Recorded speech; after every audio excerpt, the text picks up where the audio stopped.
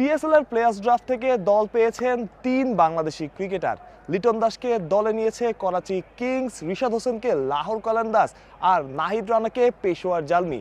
এই 3 বাংলাদেশি ক্রিকেটারের জন্য সুখবরই বলা যায়, বিশেষ করে লিটন কুমার দাস, যিনি চ্যাম্পিয়ন্স ট্রফির দলে ডাক পাননি, তবে শেষ 2 ম্যাচে বিপিএল এ দুর্দান্ত ছিলেন এবং শেষ ম্যাচে সেঞ্চুরি করেছেন।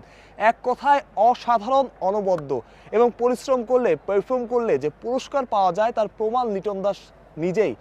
বলা হয় সৃষ্টিকর্তা যা করেন ভালোর জন্যই করেন। লিটন দাস কালকে খারাপ সময়ের মধ্য দিয়ে গেছেন, তারপরে সেঞ্চুরি করলেন, হয়তো সময়টা একটু ভালো হয়েছে এবং আজকে পিএসএল এর মতো ফ্র্যাঞ্চাইজি লিগে তিনি দল পেলেন, যেটা একই সময় আইপিএল এর সাথে হবে এবং অনেক বাংলাদেশের চোখ থাকবে সেখানে এবং অনেক বাংলাদেশ না শুধু, অনেক পাকিস্তানি এবং এর বাইরে যারা ক্রিকেট পছন্দ করেন তাদের চোখও থাকবে সেখানে এবং বিশেষ করে বাংলাদেশিদের লিটন কুমার দাসের দিকে। নাহিদ রানা এক কথায় অসাধারণ, অনবদ্য, দুর্দান্ত। তার এই ক্যারিয়ারে, ছোট্ট ক্যারিয়ারে তিনি যেভাবে মার্ক করছেন এবং আজকে স্যার কার্টলি অ্যাম্ব্রোস বলছিলেন একজনের কথা, একজন ক্রিকেটার তাকে ইমপ্রেস করেছে, তিনি নাহিদ রানা। এবং তাকে কিন্তু নাহিদ রানার নাম বলা হয়নি যে নাহিদ রানা কেমন। সচরাচর যে প্রশ্নগুলো থাকে, নাহিদ রানা কেমন করছেন, নাহিদ রানাকে আপনার কেমন লাগছে বা নাহিদ রানাকে আপনি চেনেন কিনা, তেমন প্রশ্ন ছিল না। স্যার কার্টলি অ্যাম্ব্রোসের কাছে একজন সাংবাদিক প্রশ্ন করেছিলেন যে এই বিপিএল এ কোনো ট্যালেন্ট আপনার মনে ধরেছে কিনা। সে বলেছে হ্যাঁ, অনেক ট্যালেন্ট আছে, তবে আমি স্পেশালি একজনের নাম বলতে চাই, সে নাহিদ রানা। এবং তাকে এও প্রশ্ন করা হয়েছিল, যেহেতু ততক্ষণে পিএসএল ড্রাফটে নাহিদ রানা দল পেয়ে গেছেন, নাহিদ রানার দল পাওয়াটা তাকে অবাক করেছে কিনা বা নাহিদ রানার ক্যারিয়ারের জন্য এই দলে ডাক পাওয়া বা পিএসএল এর দল পাওয়া কতটা গুরুত্বপূর্ণ।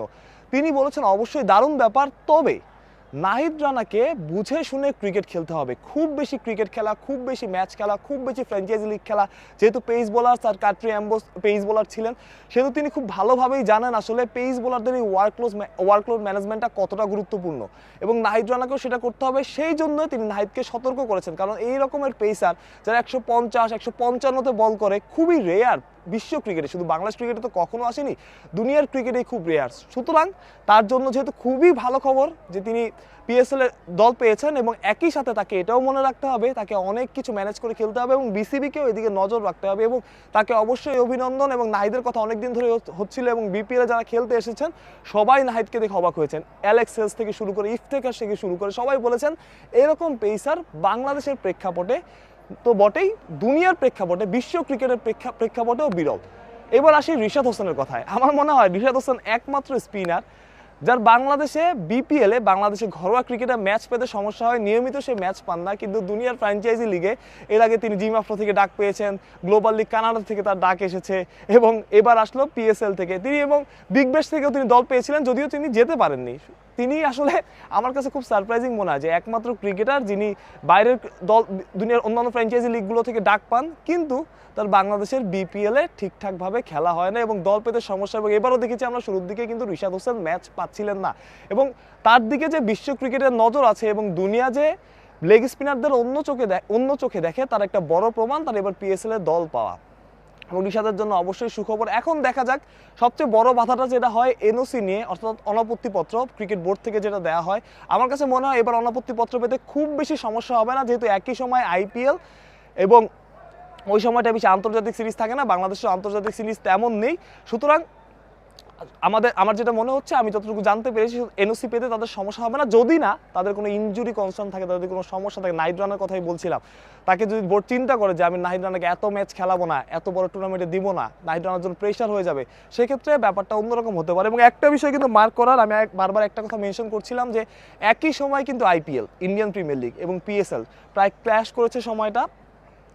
সুতরাং আমার কাছে মনে হয় যে এবার আইপিএল এর থেকে বাংলাদেশের মানুষ পিএসএল বেশি দেখবে এবং বাংলাদেশি ক্রিকেটারদের নিয়ে যে আইপিএল এর অনীহা, বাংলাদেশি কোনো ক্রিকেটার যে আইপিএল এর দল পেল না, সে কারণে হয়তো অনেক বাংলাদেশি আইপিএল থেকে কিছুটা হলেও মুখ ফিরিয়ে নেবে এবং বরাবরই সেটা হয়। যখন বাংলাদেশে কোনো ক্রিকেটার খেলে, মুস্তাফিজুর রহমান হোক বা সাকিব আল হাসান হোক বা লিটন দাস যখন খেলেছিলেন, সবাই আইপিএল এর দিকে চোখ ছিল, সবাই সে নির্দিষ্ট দলগুলোর দিকে চোখ ছিল যে লিটন কখন নামবেন, মুস্তাফিজ কখন নামবেন, কিংবা সাকিব কবে নামবেন, কবে একাদশের সুযোগ পাবেন। এবার সেটা হবে না, যেহেতু বাংলাদেশি কোনো ক্রিকেটার আইপিএল এ এখন পর্যন্ত নাই। যদি আমরা শুনছি অনেক ক্রিকেটার ডাক আসতে পারে, অনেক ক্রিকেটার পছন্দের লিস্টে আছেন, কিন্তু আমার কাছে এবার মনে হয় বাংলাদেশের প্রেক্ষাপটে বাংলাদেশ থেকে আইপিএল এর থেকে পিএসএল মানুষ বেশি দেখবে, পিএসএল এর গ্রহণযোগ্যতা অনেকাংশে বেড়ে যাবে যেহেতু বাংলাদেশি ক্রিকেটাররা সেখানে খেলছেন, এবং এটা কিন্তু একটা জবাবও বলা যায়। এত বড় একটা ফ্র্যাঞ্চাইজি লিগ, বাংলাদেশ থেকে একজন ক্রিকেটারও সেখানে সুযোগ পান নাই, কিন্তু পিএসএল এর মতো টুর্নামেন্ট যেটাকে আইপিএল এর পরেই ধরা হয়, সেই টুর্নামেন্টে 3জন 4জন বাংলাদেশিকে নিয়ে কারাকারি একরকম, যে বাংলাদেশের শুরুতেই দল পেয়ে যাচ্ছেন। এবং আমার কাছে মনে হয় যে এটা একরকম জবাবও যে আসলে বাংলাদেশি ক্রিকেটাররাও টি20টা খেলতে পারে, তাদের নিয়েও ফ্র্যাঞ্চাইজি লিগগুলোর আগ্রহ আছে। এবং একটা খারাপ খবর ও ভালো খবরের মধ্যে সাকিব আল হাসান দল পাননি, এবং একই সাথে মোস্তাফিজুর রহমানও দল পাননি।